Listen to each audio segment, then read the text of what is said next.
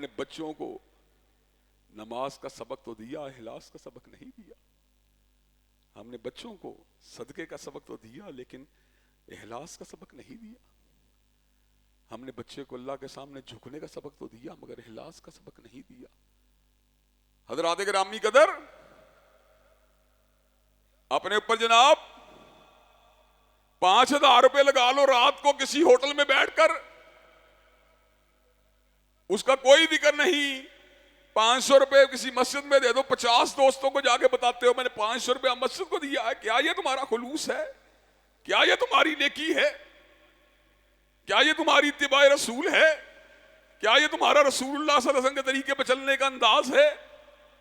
حضرت رسول اللہ کے راستے پہ چلنے والا وہ ہوتا ہے جس کو پتا ہوتا ہے قیامت کے دن میرے اعمال کے اندر جہاں پر جب تول ہوگا اس میں اخلاص کا تول بھی ساتھ ہوگا. حضرات، ایک بندہ جب مخلص ہو کے صدقہ دیتا ہے تو اللہ تبارک و تعالیٰ 1 روپے کو 10 روپے کے طور پر درج کر لیتے ہیں. اخلاص بڑھتا ہے 20 روپے درج ہو جاتے ہیں. مزید اخلاص بڑھتا ہے 30 روپے ہو جاتے ہیں. اور پھر پتہ کیا وقت آتا ہے؟ مثل الذین ينفقون اموالهم فی سبیل اللہ کمثل حبۃ انبتت 7 سنابل فی کل سنبلۃ 100 حبہ. ایک دانے کو بویا گیا، اس میں 7 کونپلیں نکلی اور ہر کونپل میں 100 دانے تھے. 1 روپیہ اللہ کے راستے میں خرچہ اللہ نے 700 بنا دیا اور کہا واللہ یضاعف لمن یشاء. اور اللہ تبارک و تعالیٰ اگر چاہے تو اس کو اس سے بھی بڑھا سکتا ہے. وہاں پہ خلوص کی بات ہے، وہاں پر اعمال کی مقدار سے زیادہ معیار کی بات ہے. مقدار بھی ہونی چاہیے لیکن مقدار سیکنڈری چیز ہے، معیار پہلی چیز ہے. جس نے 100 مرتبہ لا الہ الا اللہ خلوص کے ساتھ کہا اور جس نے 1000 مرتبہ غیر مخلص ہو کے کہا وہ 100 مرتبہ خلوص کے ساتھ کہنے والا باری ہے. حضرات، ایک عمل جو مخلصانہ ہے وہ کئی مرتبہ جہنم کی آگ کو ٹھنڈا کر دیتا ہے.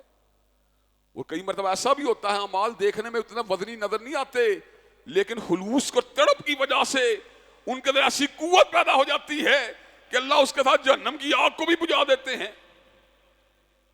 جو اس گناہگار عورت نے کیا وہ کیا تھا؟